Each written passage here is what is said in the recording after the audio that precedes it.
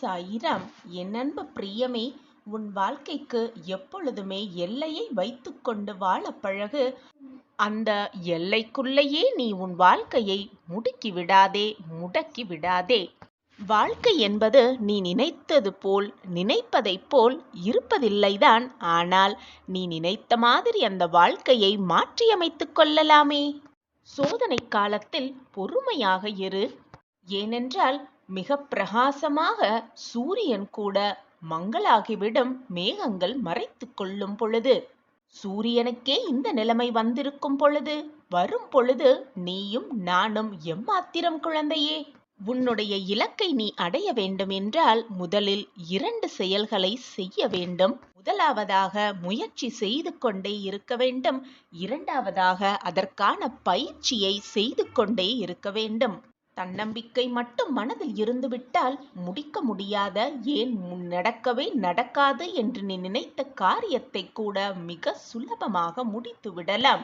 இறப்பதற்கு இந்த கடவுள் கொடுத்த இந்த வாழ்க்கையை துறந்துவிட்டு இறப்பதற்கு ஒரே ஒரு நொடி துணிச்சல் இருந்தால் போதும். ஆனால் கடவுள் கொடுத்த இந்த வாழ்க்கையை தைரியமாகவும் தன்னம்பிக்கையாகவும் விடாமுயற்சியோடும் வாழ்வதற்கு ஒவ்வொரு நொடியும் துணிச்சல் இருக்க வேண்டும்.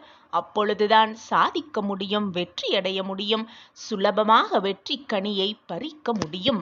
இது என்ன வாழ்க்கை நமக்கு கிடைத்திருக்கிறது, இந்த வாழ்க்கையை நாம் ஏன் வாழ வேண்டும் என்று சலித்து கொள்வதை விட மற்றவர்களை பார்த்து பழகு. உன்னை விட மோசமான நிலைமையில் இருப்பவர்களை பார். அப்பொழுது புரியும் உனக்கு கிடைத்திருக்கும் இந்த பொக்கிஷமான வாழ்க்கையின் மகத்துவமும் மகிமையும் என்னவென்று. அப்பொழுது செய்வாய், அப்பொழுது நினைத்து கொள்வாய், நம் வாழ்க்கையே மிக மேலானது என்று. உனக்கு நன்மை செய்ய உன் சாயப்பா இருக்கும் பொழுது எதற்காக உன் வாழ்க்கையை பார்த்து சலித்துக் கொள்கிறாய்? அனைத்துமாக உன் அப்பா உன் அருகிலேயே இருந்து கொண்டிருக்கிறேன் குழந்தையே. பின் எதற்கான இந்த மன போராட்டம் உனக்குள்? எப்பொழுதுமே எதிலுமே மௌனமாக இருந்துவிடு. எல்லா மௌனங்களும் திமிர் அல்ல. சில மௌனங்கள் வாழ்க்கையில் நீ பட்ட காயங்களாகவே இருக்கும். எதற்குமே பதற்றப்படாதே, பயப்படாதே, புலம்பாதே. அனைத்தையும் நான் பார்த்து கொண்டுதான் இருக்கிறேன். என்னை மீறி உன் வாழ்க்கையில் எதுவும் தவறாக நிகழாது, நடக்கவும் நான் அனுமதிக்க மாட்டேன் என்பதை தீர்க்கமாக நம்பு. நம்பிக்கைதான் வாழ்க்கை. நம்பிக்கையோடு இரு. அப்பா இருக்கிறார், அனைத்தையும் பார்த்து கொள்வார் என்ற நம்பிக்கையோடு இரு. உனக்கானது அனைத்தையும் நான் சர்வ நிச்சயமாக செய்வேன், செய்து முடிப்பேன். உன் மன வலிகளையெல்லாம் மௌனமாக குணப்படுத்தி உன்னை காப்பாற்றுவதே என் கடமை. உன் வாழ்க்கையில் வெற்றியடைய வைப்பதே என்னுடைய கடமை. என் கடமையிலிருந்து நான் எப்பொழுதும் தவறவே மாட்டேன். நீ என்னுடைய பொக்கிஷமான குழந்தை. உன் வாழ்க்கையை வீண் போகும்படி நான் செய்ய மாட்டேன், வீணடிக்கவும் மாட்டேன். நீ தவறான பாதையில் செல்லும் பொழுது உன்னை பிடித்து இழுத்து சரியான பாதைக்கு உன்னை வழிவகுப்பேன். நிச்சயமாக நான் அந்த காரியத்தை என் பொக்கிஷமான கண்மணிக்கு செய்வேன். எதற்குமே கலங்காதே, கவலையே வேண்டாம்.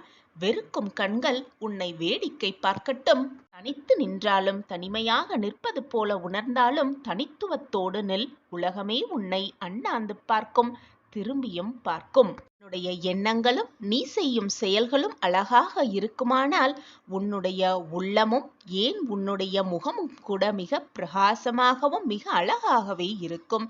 மற்றவர்களுக்கு அவர்கள் கண்களுக்கு தெரியும் பிரகாசமாக. கோபம் என்பது எப்பொழுதுமே மனதில் இருக்கவே கூடாது. வார்த்தைகள்தான் இருக்க வேண்டும் அந்த கோபம். அதே போல அன்பு என்பது வார்த்தைகள் மட்டும் இருந்தால் போதாது, மனதிலும் இருக்க வேண்டும் அன்பு.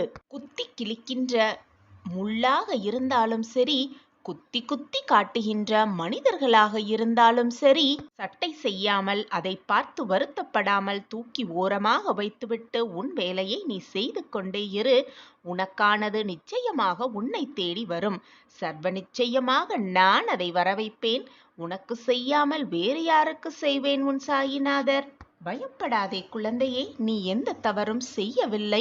நீ எந்த தவறு செய்தாலும் நான் அதை அனுபவிக்கவும் மாட்டேன், அனுமதிக்கவும் மாட்டேன். கவலைப்படாதே. உன்னை ஆட்டிப்படைத்த மிகப்பெரிய பிரச்சனை ஒன்று தீரப்போகிறது. சர்வ நிச்சயமாக தீரவே போகிறது. உன் கோபத்தோடு அதிகமாக கூச்சலிடுபவர்களுக்கு உண்மையாகவே குழந்தையான மனம் இருக்கவே செய்யும். அவர்கள் மனம் எப்பொழுதும் குழந்தைத்தனமாகவே இருக்கும். படாதே என் குழந்தையே, இன்று இருக்கும் இன்பமும் துன்பமும் நிரந்தரமல்ல, நிலையானதும் அல்ல. இன்பமும் துன்பமும் கலந்து வருவதுதான் வாழ்க்கை. இன்பம் மட்டுமே நிரந்தரமாக இருந்துவிட்டால் வாழ்க்கை சுவாரஸ்யமாகவே இருக்காது. துன்பத்திற்கு பின் வரும் இன்பமே இரட்டிப்பு மகிழ்ச்சியாக இருக்கும்.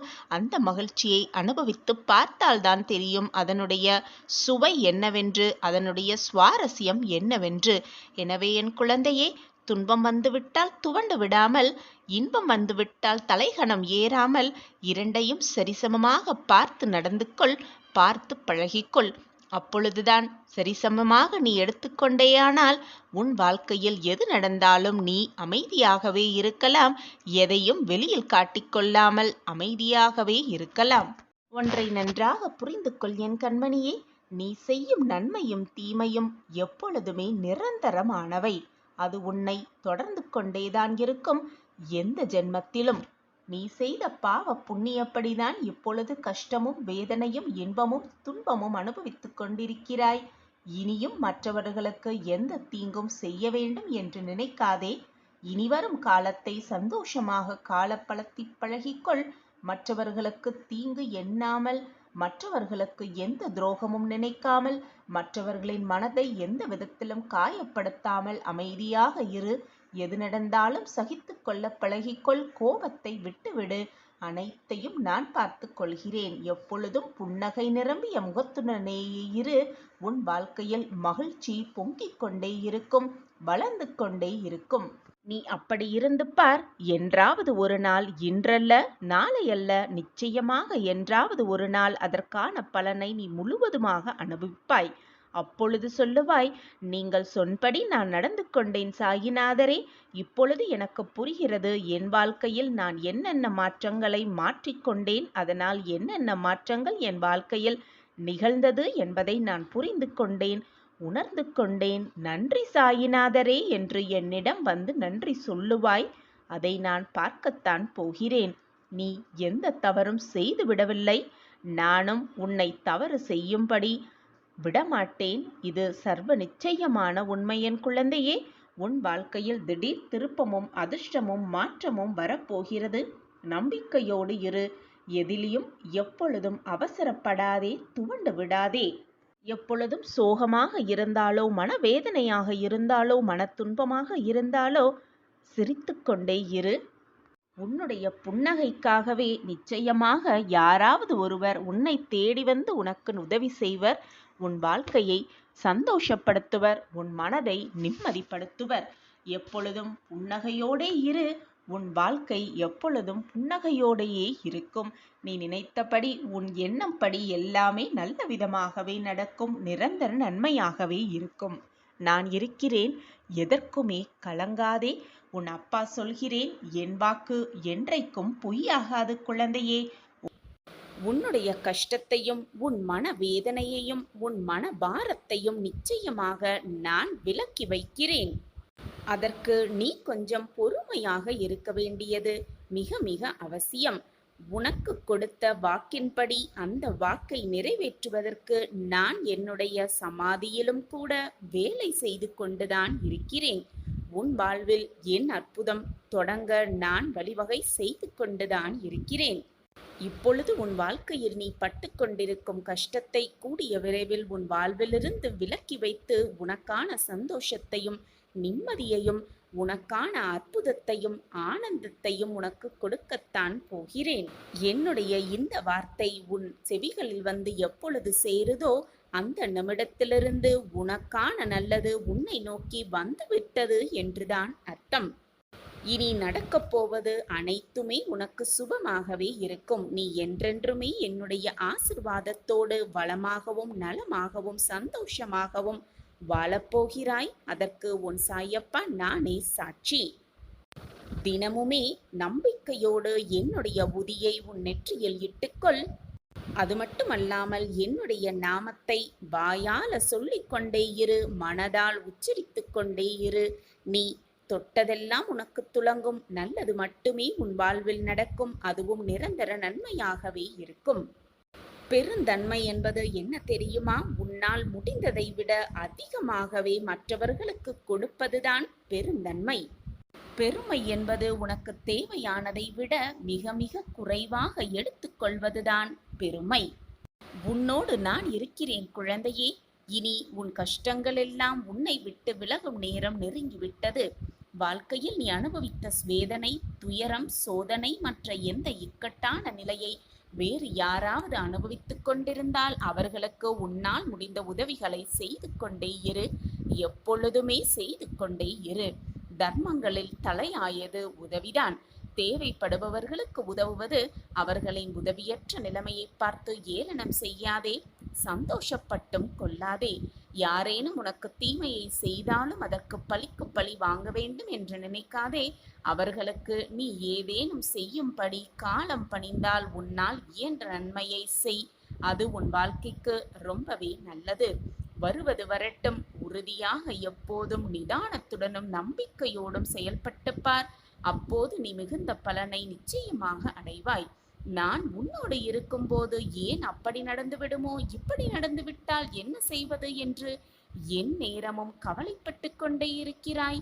ஒரு காரியத்தில் ஏமாற்றமோ தோல்வியுற்றாலோ வருந்தி விடாதே. அதில் பெற்ற அனுபவத்தை கொண்டு அடுத்த முயற்சியில் திறம்பட செயல்பட்டு கொண்டே இரு. ஓடிக்கொண்டே இரு, போராடிக்கொண்டே இரு. வெற்றியை நிச்சயமாக உன்வசமாக்கிக் கொள்ளலாம். மீண்டும் மீண்டும் தோல்வியடைந்தால் ஏன், எங்கு தவறு செய்கிறோம் என ஆராய்ந்து பார். தோல்வியடைந்தால் வாழ்க்கை முடிந்துவிட்டது என்று அர்த்தமே இல்லை. எனவே எதற்காகவும் அஞ்சாதே. இந்த நிலையும் உனக்கு மாறும். நீ விரும்பும் அனைத்தும் கிடைக்கும். எனவே கவலையே கொள்ளாதே. நீ நினைப்பதற்கு மேலாக உன் வாழ்க்கையில் உன்னை உயர்த்துவதற்காகவே நான் வேலை செய்து கொண்டிருக்கிறேன் என்பதை எந்த நொடியும் மறந்தே விடாதே. கூடிய விரைவில் என்னுடைய அற்புதம் உன் வாழ்வில் ஆரம்பித்துவிடும். உன்னை யாரெல்லாம் அளவைத்து மனம் நோகும்படி நடந்து கொண்டார்களோ அவர்களுடைய ஆட்டத்தையெல்லாம் அடக்கும் நேரம் வந்துவிட்டது. இனி என்னுடைய ஆட்டத்தை நீ கண்குளிர பார்க்கத்தான் போகிறாய். உன்னுடைய கவலைகள் எல்லாமே ஒவ்வொன்றாக மாறப்போகிறது. அற்புதம் உன் வாழ்வில் நிகழப்போகிறது. வானம் கருமையடைந்தால்தான் அதிலிருக்கும் அழகான நட்சத்திரங்கள் ஜொலிப்பதை கண்குளிர காண முடியும். அதே போல உன் வாழ்க்கையிலும் துன்பங்கள் உன்னை சூழ்ந்து கொண்டிருக்கிறது என்றால் உன் வாழ்வு மிக பிரகாசமாக மாறப்போகிறது. மிக மிக ஜொலிப்பதாக மாறப்போகிறது என்பதை புரிந்து கொண்டு செயல்படு. உனது குருவாகவும் நானே இருப்பேன். உன் தாயாகவும் தந்தையாகவும் அனைத்துமாகவும் நானே இருந்து உனக்கு செய்ய வேண்டியதை, உனக்கு வழங்க வேண்டியதை கொடுத்து கொண்டே இருப்பேன், வழங்கிக் கொண்டே இருப்பேன். அந்த விஷயத்தை உனக்கு தெரிந்தும் தெரியாமலும் ரகசியமாகவும் மறைமுகமாகவும் நான் உனக்கு வழங்கிக் கொண்டே இருப்பேன். மற்றவர்கள் கண் பார்க்க உன்னை எப்பொழுதும் தாழ்ந்து போக விட்டுவிட மாட்டேன் என் பிள்ளையே. மற்றவர்களுக்கு நல்லது செய்தால் நம் வாழ்வில் நல்லது நடக்கும் என்று பலனை எதிர்பார்த்து உதவி செய்யாதே. உன் பிரச்சனை எதுவானாலும் அதற்கு நிச்சயமாக ஒரு பரிகாரம் உண்டு. மனதால் என்ன உதவியை செய்ய இயலுமோ, எதை கொடுக்க முடியுமோ அதை மனதார கொடு. அதை செய்தால் பிரதிபலனை எதிர்பார்க்காதே. பிரதிபலனை எதிர்பார்த்து செய்யும் உதவி நிச்சயமாக உதவியாகவே இருக்கவே முடியாது. உன் பிரச்சனைகளுக்கான தீர்வு என்னிடம் இருக்கிறது. ஆனால் என் பிரச்சனை யாராகவும் தீர்க்கவே முடியாது என்று நீயே தவறாக சித்தரித்துக் கொண்டு எங்கெங்கோ தேடி அலைந்து கொண்டிருக்கிறாய் உன் தீர்வை. ஆனால் அது என்னிடம் இருக்கிறது. அதை நான் வைத்துக் கொண்டிருக்கையில் நீ எங்கு போய் தீர்வை தேடி அலைந்து கொண்டிருக்கிறாய்? உன்னை காயப்படுத்த வேண்டும் என்று சிலர் உன்னிடம் வந்து பேசிக்கொண்டுதான் இருக்கிறார்கள். அதற்காக உனக்காக கூறப்படும் அந்த சொற்களுக்காக வருந்தாதே. மன தைரியத்தை வளர்த்துக்கொள். உன் மன நிம்மதிக்கான ரகசியமே இதுதான். என் அன்பு குழந்தையே, வெகு நாட்களாக நீ என்னிடம் கேட்ட ஒன்றை நான் உனக்கு தரப்போகிறேன். நான் கண்டெடுத்த பொக்கிஷம். உன் வேண்டுதல் எப்படி தோற்று போகும்? நீ உன் கடமையை திறம்பட செய்து கொண்டே இரு. தேவையில்லாத பேச்சுகளையும் தேவையில்லாத மனிதர்களையும் நினைத்து வீணாக உன் மனதை நீயே கெடுத்துக் கொள்ளாதே.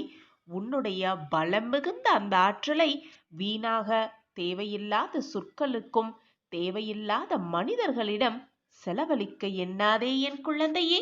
இதுநாள் வரை உன் மனதில் இருந்த வேதனை, துக்கம், தோல்விகளால் மனம் வெறுத்து போய் பரிதவித்தது எல்லாம் முடிவு பெறப் போகிறது. உன்னுடைய உழைப்பிற்கு ஏற்ற பலன் நிச்சயமாக கிடைக்கும். உன் வேண்டுதல் எப்படி தோற்று போகும்? நிம்மதியும் சந்தோஷமும் அழகாய் பூத்து குலுங்கும் வண்ண மலர்களைப் போல் இனி உன் வாழ்க்கையில் வசந்தம் வீசத் துவங்கும். உனக்கு அனைத்துமாக உன் சாயி தேவா இருக்கும் பொழுது எதற்காக உனக்கு இந்த கேள்வி? என் வேண்டுதல் வீண் போய்விடுமா என்ற கேள்வி உன் மனதில் எண்ணவே கூடாது. தொடர் முயற்சி உன் வாழ்வில் நிச்சயமாக நீ நினைத்ததை எல்லாமே உனக்கு நிறைவேற்றித் தரும். குழந்தையே, எப்பொழுதும் முயற்சியை விதைத்து கொண்டே இரு. முளைத்தால் அது மரமாகிவிடும், இல்லையேல் அது உரமாகிவிடும் மற்றொரு மரத்திற்கு. அதிர்ஷ்டம் வேண்டுமானால் பல நேரங்களில் உன் விரலை பிடிக்க மறுத்துவிடலாம். ஆனால் எப்பொழுதும் எந்த நேரமும் எந்த நொடியும் உன் முயற்சியை மட்டும் கைவிட்டு விடாதே. நிச்சயமாக அந்த அதிர்ஷ்டமே உன் விரல் பிடிக்க குழம்பிய அந்த அதிர்ஷ்டமே உன்னை திரும்பி நின்று பார்க்கும். நீ செய்யும் ஒவ்வொரு சாதனையும் ஒவ்வொரு செயலும் முயற்சி என்ற ஒற்றை செயலிலேயே தொடங்கவிருக்கிறது. எனவே என் பிரியமே, வாழ்க்கையில் முயற்சி தவறி போகலாம், ஆனால் முயற்சிக்க நீ எப்பொழுதுமே தவறவே கூடாது. விதைக்கு தெரியாது தான் மரமாக போகிறோம் என்று, காய்க்கு தெரிவதில்லை தாம் கனியாக போகிறோம் என்று, பூவிற்கு தெரிவதில்லை மலராக போகிறோம் என்று, நூலிற்கு தெரியவில்லை நாம் தான் ஆடைய ஆகப் போகிறோம் என்று, கல்லிற்கு தெரியவில்லை நாம் தான் சிற்பமாகப் போகிறோம் என்று. ஆனால் ஒன்றை நன்றாக புரிந்து கொள் என் கண்மணியே, தோல்வியில் வெற்றி உண்டு. தோல்விக்கு தெரியாது அதற்கு பின் வெற்றி உண்டென்று. எனவே என் கண்மணியே, முயற்சி செய்து கொண்டே இரு.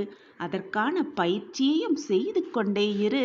உனக்கான வெற்றி நிச்சயமாக உன்னை வந்து தழுவும். குழந்தையே, முடியும் வரை முயற்சி செய்து கொண்டே இரு. எப்பொழுதும் மனதை தளர்ந்து விடாதே.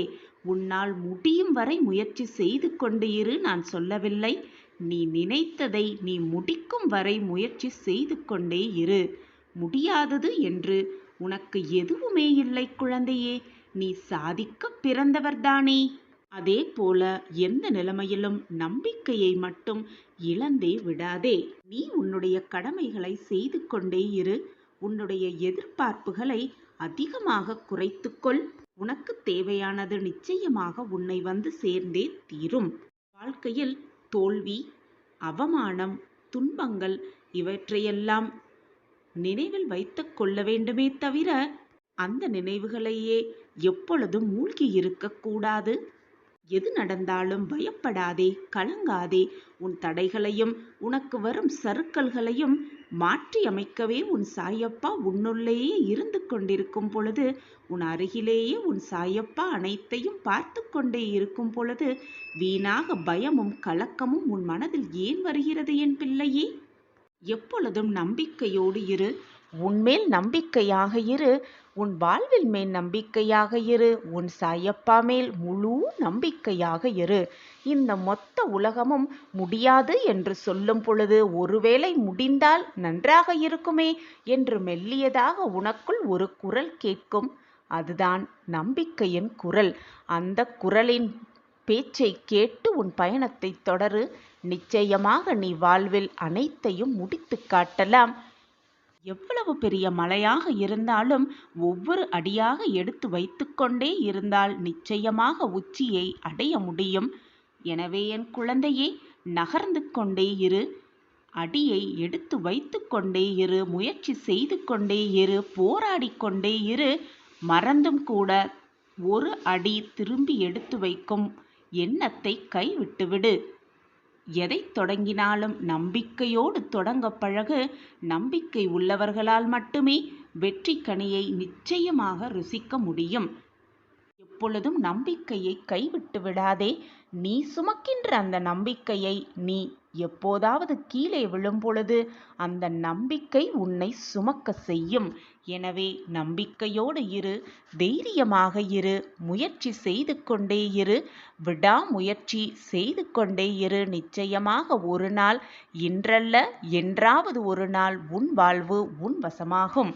ஒரு கதவு மூடப்பட்டால் அதைவிட சிறந்த வழி ஏதோ ஒன்று உனக்காகவே காத்திருக்கிறது என்பதை எப்பொழுதும் எந்நேரமும் நினைவில் வைத்துக்கொண்டு செயல்படு.